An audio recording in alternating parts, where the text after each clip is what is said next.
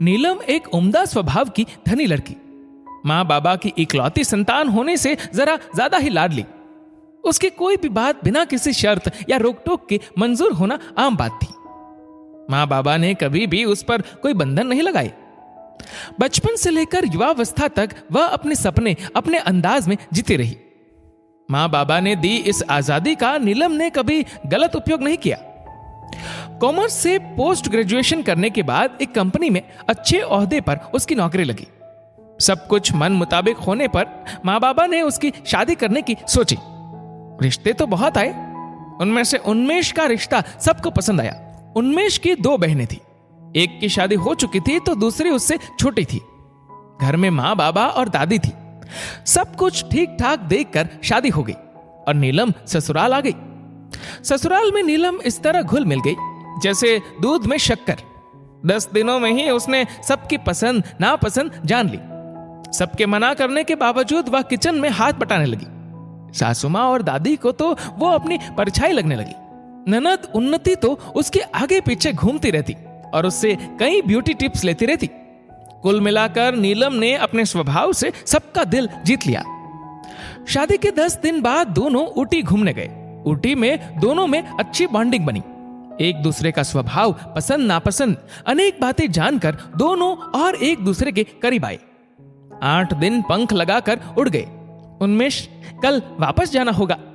उन्मेष के बालों में उंगलियां फेरते नीलम बोली, हाँ यार, और थोड़े दिन रुकना था। छुट्टियां खत्म होने को आई, फिर आएंगे। हर साल घूमने जाया करेंगे। हाँ जी, जरूर जाएंगे, पर पहले यहां से कुछ खरीदारी करते हैं ना। ठीक है, कुछ यादें बटोर के चलते हैं। दोनों बाजार के लिए निकलते हैं। नीलम ने ससुराल में सबके लिए खरीदारी की।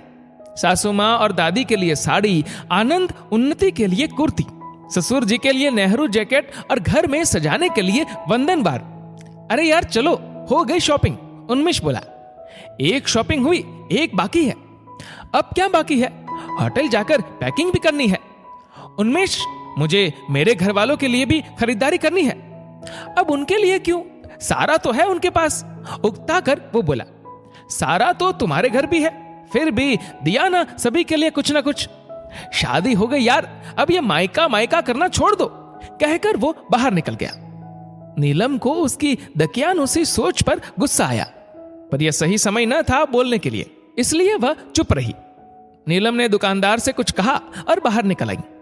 बाहर उन्मेष एक पेड़ के नीचे फोन पे बात कर रहा था। चलो, उसने उसे आवाज दी। उन्मेष उसकी तरफ देखे बिना चलने लगा। होटल पहुंचकर दोनों अंदर आए। नीलू, बैग कहाँ है? कौन सी? जो अभी सामान खरीदा था वो। तुम्ही ने तो कहा था शादी हो गई, अब मायका मायका करना छोड़ दो, इसलिए कुछ नहीं खरीदा। क्या मजाक है यार, अब मैं घर वालों को क्या बताऊंगा? इसमें बताना क्या? शादी होने के बाद जब लड़की अपने घर के लिए कुछ नहीं ले सकती तो लड़के पर भी ये बात लागू होनी चाहिए ना। चलो छोड़ो, पैकिंग करते हैं। उन्मेष थोड़ी देर चुपचाप बैठा रहा, फिर उठकर उसके करीब आया और उसका हाथ हाथों में लेकर बोला, सॉरी नीलम, जिस तरह से मेरा परिवार तुम्हारा है उसी तरह तुम्हारा परिवार भी मेरा हुआ। तुम मेरे परिवार का ध्यान रखती हो तो मुझे भी तुम्हारे परिवार का ध्यान रखना होगा। सॉरी यार, पहली बार शादी की है ना, और कितनी शादियां करनी है? नीलम खिलखिला उठी। मेरे कहने का मतलब है धीरे धीरे सीख जाऊंगा यार। चलो लेकर आते हैं सामान। नीलम खुशी से उससे लिपट गई। मेरा तुम्हारा जब हमारा बन जाता है तो जिंदगी सही मायने में गुलजार होने लगती है। दोस्तों, इस वीडियो को लेकर आपकी क्या राय है नीचे कमेंट करके जरूर बताएगा। और अगर आपको वीडियो अच्छा लगा हो तो इस वीडियो को लाइक करेगा, शेयर करेगा ज्यादा से ज्यादा लोगों तक। और ऐसी ही और भी इंस्पिरेशनल वीडियोस के लिए हमारा फेसबुक पेज आज ही फॉलो करें। धन्यवाद।